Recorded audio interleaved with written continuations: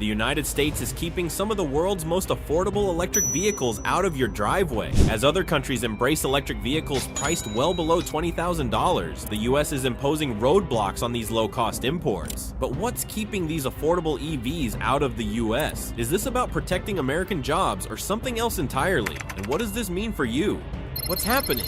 EVs in America are absurdly expensive, but did you know that just a few miles south in Mexico you can find electric cars at less than half the price? Why is the US locking out affordable EV options? American consumers face limited choices and sky-high price tags when it comes to electric vehicles. Even the so-called affordable Tesla Model 3 starts at nearly $40,000. For most families, that's simply out of reach. Meanwhile, in countries like Mexico and Costa Rica, you'll find a wide variety of EVs priced under $20,000. Cars from brands you've never even heard of, like BYD and Zeekr. These brands don't just offer affordability, they also deliver impressive technology and range, proving that the US isn't struggling with EV adoption because of technology. It's about politics and economics. The US auto industry seems trapped in a cycle of resistance to change, a pattern that stretches back decades. To understand why affordable EVs are effectively banned in America, we need to unravel the origins of this resistance and explore the birth of protectionism. Post-war dominance and early competition. For decades, three companies, General Motors, Ford, and Chrysler, dominated the American auto market like untouchable kings. But the cracks in their empire started showing when outsiders brought a shocking new challenge. In the 1950s, the Big Three were more than automakers. They were cultural institutions, embodying the post-war American dream. At the time, foreign competition was a non-factor. However, the seeds of disruption were already being planted. Japanese automakers, including Nissan and Toyota, were slowly entering the market, offering smaller, cheaper, and more fuel-efficient cars. Their arrival was met with skepticism, if not outright hostility. Americans were loyal to domestic brands, and lingering post-war animosity toward Japan made foreign cars a tough sell. Yet, these Japanese automakers persevered, gradually carving out a niche for themselves. Their cars were reliable, affordable, and tailored to a global audience. Slowly, the Big Three began to feel the pressure, but instead of adapting, they leaned on their dominance to resist change. The American auto industry's reluctance to evolve would come back to haunt it during the oil crisis of the 1970s, a turning point that shifted the balance of power. This pivotal moment wasn't just about fuel efficiency, it was the spark that ignited America's decades-long battle with foreign automakers.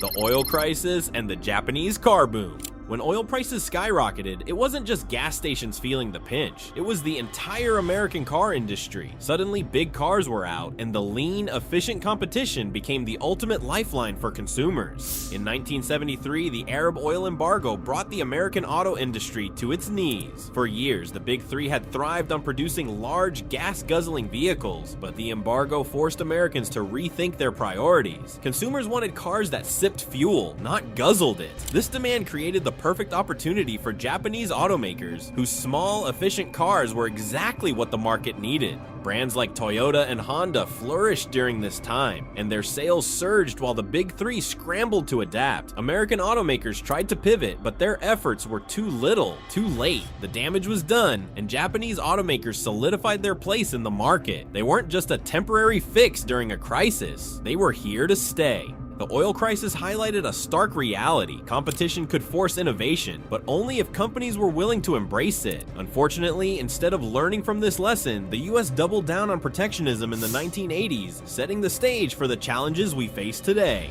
The Reagan Era and export restraints. Faced with foreign competition, the US government didn't encourage innovation, it built walls. These walls protected American automakers but left them vulnerable to future challenges. By the time Ronald Reagan entered office in 1981, the Big Three were in trouble. Japanese automakers were eating into their market share, and American consumers were increasingly choosing foreign cars. Reagan's administration responded with a two-pronged strategy: voluntary export restraints and incentivizing Japanese automakers to build plants in the US. This move temporarily protected American jobs and gave the Big Three some breathing room. While these policies appeared successful on the surface, they came with long-term consequences. The Big Three became increasingly reliant on government support rather than addressing the root issues of inefficiency and lack of innovation. Meanwhile, Japanese automakers continued to refine their operations, producing high-quality cars that only grew more appealing. The Reagan-era policies may have slowed foreign competition, but they also set a precedent for avoiding hard decisions. As history shows, this pattern of protectionism has left the US auto industry vulnerable to the next wave of competition, this time from China. To understand the implications of these decisions, we must dive deeper into how protectionism shaped the industry's approach to EVs. The silent revolution, China's EV boom. Imagine an electric vehicle that costs less than half the price of a Tesla but offers comparable features. What if I told you it's real, but you'll never see it in the US? While American automakers wrestle with the complexities of EV manufacturing, China has quietly become the global leader in electric vehicle production. Companies like BYD, NIO, and XPeng are at the forefront of this movement, building EVs that are not only affordable but also technologically advanced. BYD in particular has emerged as a powerhouse, becoming the world's largest EV manufacturer by 2024. Its success lies in its ability to control every aspect of production, from batteries to assembly, which allows it to drastically reduce costs. In China, EVs like the BYD Yuan Plus sell for under $20,000. These vehicles boast touchscreen interfaces, spacious interiors, and a range of nearly 300 miles. While they might not have the prestige of a Tesla, they deliver quality and affordability in ways that make them accessible to the average consumer. If these cars are so impressive and affordable, why aren't they in the US? The answer lies in America's economic policies and a deep-seated fear of losing market dominance. To understand this, we need to explore the barriers that keep these vehicles out of reach. Tariffs, trade wars, and tightened borders. The US didn't just close the door on Chinese EVs, it built a fortress of tariffs to ensure they stayed out. But is this strategy protecting American jobs or simply stifling innovation? In 2018, during the height of the US-China trade war, then-President Donald Trump implemented a 25% tariff on Chinese-made cars. While this move was celebrated by some as a measure to protect American jobs, it also priced Chinese EVs out of the US market. A car that might cost $20,000 in China would be closer to $30,000 in the US after tariffs, effectively eliminating its competitive edge. The Biden administration has continued this protectionist approach, with bipartisan support for keeping Chinese EVs at bay. A proposed Senate bill aims to raise tariffs on Chinese vehicles to an eye-popping 100%. The rationale is clear. By making Chinese cars prohibitively expensive, the US can shield its auto industry from competition. However, these tariffs come at a cost. They limit consumer choices and keep EV prices high, which hampers adoption rates. While countries in Latin America and Asia benefit from affordable EVs, American consumers are left paying a premium. This disparity raises questions about whether the US is genuinely committed to reducing carbon emissions or simply prioritizing political optics. Protectionism may shield American automakers in the short term, but history has shown that competition drives innovation. To see why this matters, let's dive into the economics of EV production and how China's cost advantages have left the US struggling to keep up. The cost advantage: why Chinese EVs are so affordable. How can a Chinese electric SUV cost less to produce than the battery alone in a Tesla? The answer lies in vertical integration and government support. One of the key reasons Chinese EVs are so affordable is the efficiency of their supply chains. BYD, for example, started as a battery manufacturer in the 1990s, giving it a unique advantage in the EV market. Unlike American automakers, which often rely on third-party suppliers for batteries, BYD produces its own. This vertical integration allows the company to control costs and ensure quality. The numbers speak for themselves. A Tesla Model Y with a 61 kilowatt-hour battery costs Tesla around $6,200 just for the battery. In contrast, BYD's 50 kilowatt-hour battery for the Yuan Plus costs less than $3,000. This difference in production costs translates to more affordable vehicles for consumers. Government subsidies also play a significant role. The Chinese government provides substantial incentives to EV manufacturers, including tax breaks, grants, and access to low-cost land. These measures not only reduce production costs, but also make it easier for companies to scale up. While US automakers also receive government support, it pales in comparison to the level of investment in China.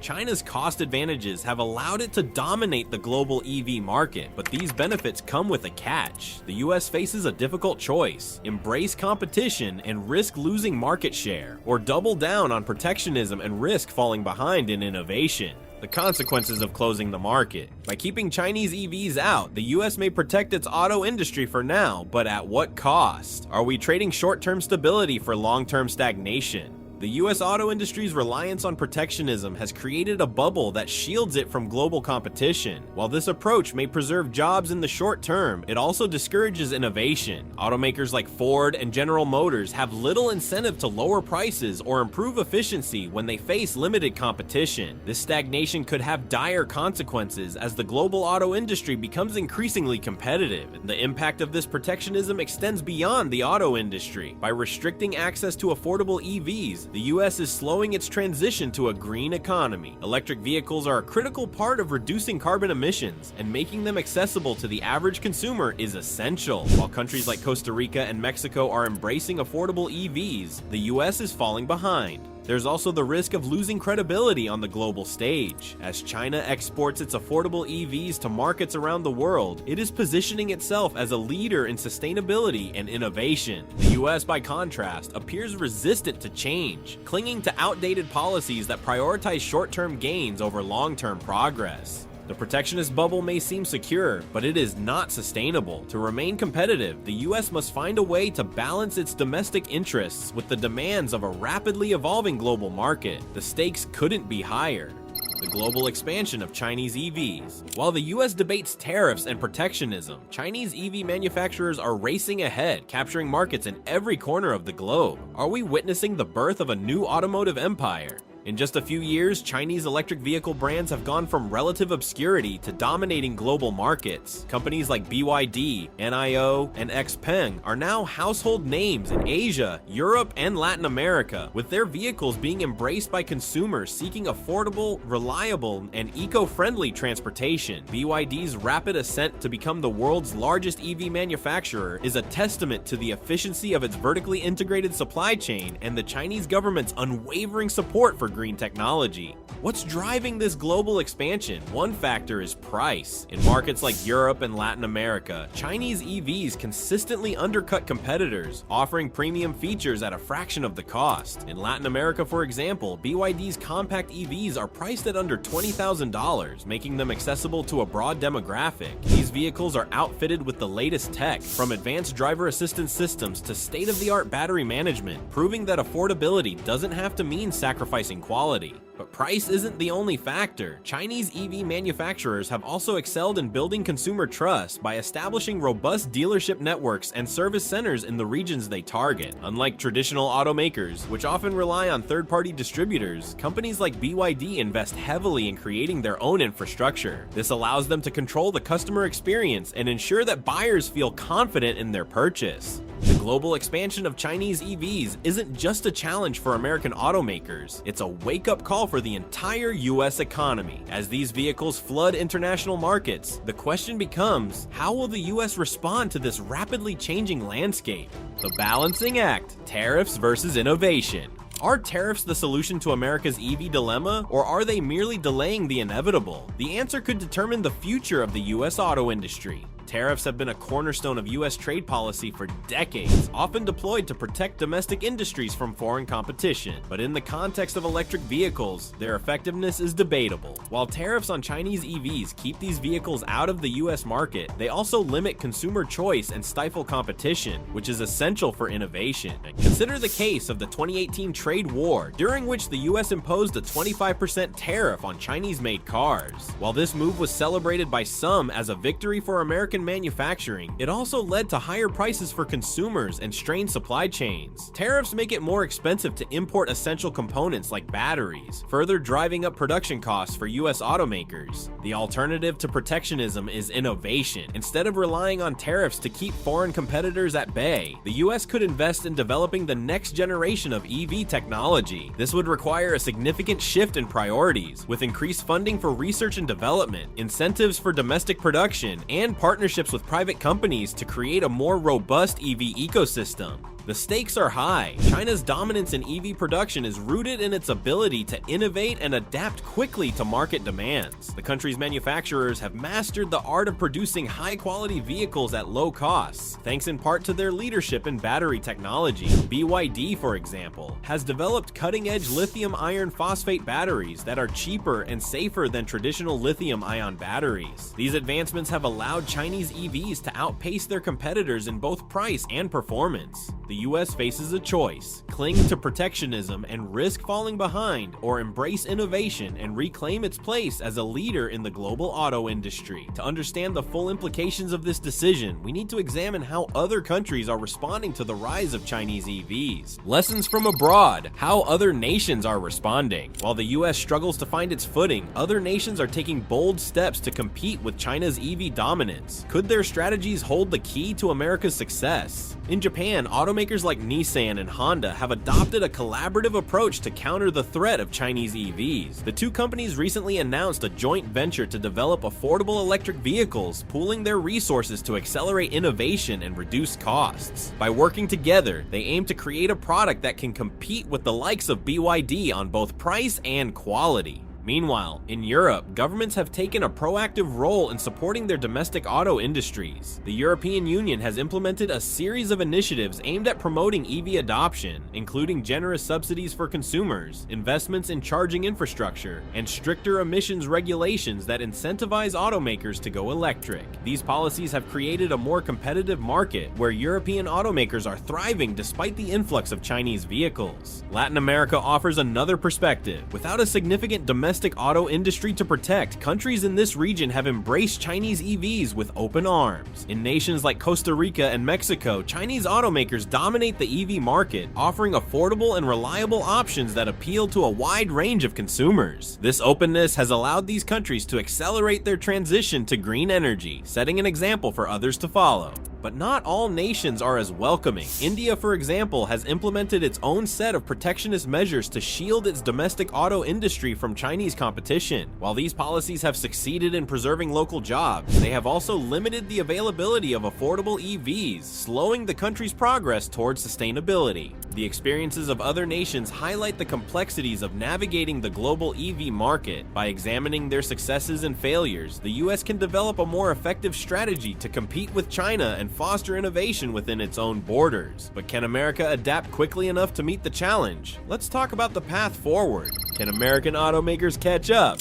The clock is ticking, and American automakers are at a critical juncture. Will they rise to the challenge or fade into irrelevance as Chinese EVs dominate the global stage? For years, American automakers have leaned on their rich legacies and trusted brands. However, the global EV market is no longer forgiving to those who rely solely on past glories. Chinese manufacturers, with their focus on affordability and innovation, have disrupted the industry, leaving US automakers scrambling to find their footing. Ford and General Motors have made strides in the EV market, introducing electric versions of their most popular models like the F-150 Lightning and Chevy Bolt. Yet these vehicles often carry price tags that put them out of reach for average consumers. The challenge lies in bridging the affordability gap while maintaining quality and performance. Achieving this balance will require a complete overhaul of manufacturing processes, supply chains, and even corporate mindsets. Beyond price, automakers must also tackle the perception problem. Tesla's success has shown that consumers are willing to pay a premium for a brand they trust to deliver cutting-edge technology. For legacy automakers, the challenge isn't just building a better EV, it's convincing buyers that their vehicles are just as innovative as those from Tesla or BYD. The US auto industry's future hinges on its ability to adapt and innovate. But the road ahead isn't just about manufacturers, it's about how government policy shapes the market. Let's dive into the role Washington will play in this high-stakes game.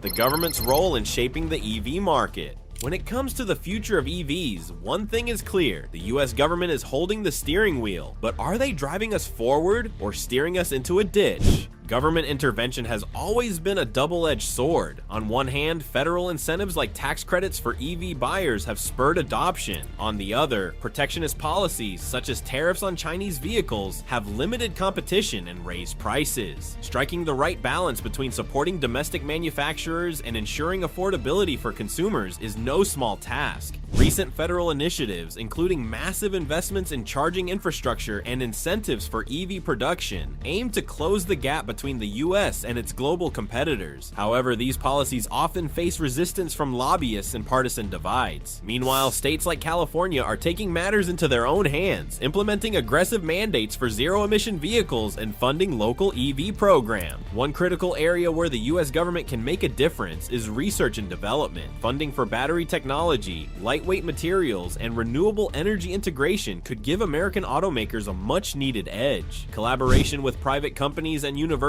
could accelerate breakthroughs, making EVs more efficient, affordable, and accessible. The government's role is pivotal, but it's only part of the equation. To understand the full picture, we need to explore how consumers are shaping the future of EV adoption and what it means for the industry at large. Consumer demand, the true driving force. The power to shape the EV market doesn't lie with automakers or governments. It lies with you, the consumer. But are we ready to embrace the future? Consumer demand is the ultimate driver of change. As more people prioritize sustainability and energy efficiency, the market for EVs is growing. Yet barriers like high upfront costs, limited charging infrastructure, and range anxiety still deter many buyers. In markets like Europe and Asia, where governments have invested heavily in public charging networks and provided generous subsidies, EV adoption rates have soared. By contrast, the US has lagged behind, with EVs accounting for less than 10% of new car sales. Closing this gap will require a coordinated effort to address consumer concerns and make EVs a practical choice for everyday Americans. Education is another critical factor. Many consumers remain unaware of the long-term savings associated with EVs, such as reduced fuel and maintenance costs. Automakers and policymakers must work together to raise awareness and build trust in the technology. Interestingly, the rise of Chinese EVs in global markets has also influenced consumer expectations. Features like longer range, advanced tech, and lower prices are becoming standard, putting pressure on US automakers to step up their game. The consumer's voice is louder than ever, and it's reshaping the automotive landscape. But how will this play out in the coming years? Let's explore the long-term implications of this global EV race. The long road ahead. What's next for the EV industry? The EV revolution is here, but the journey is far from over. What will the automotive world look like in a decade? And where will America stand in this era?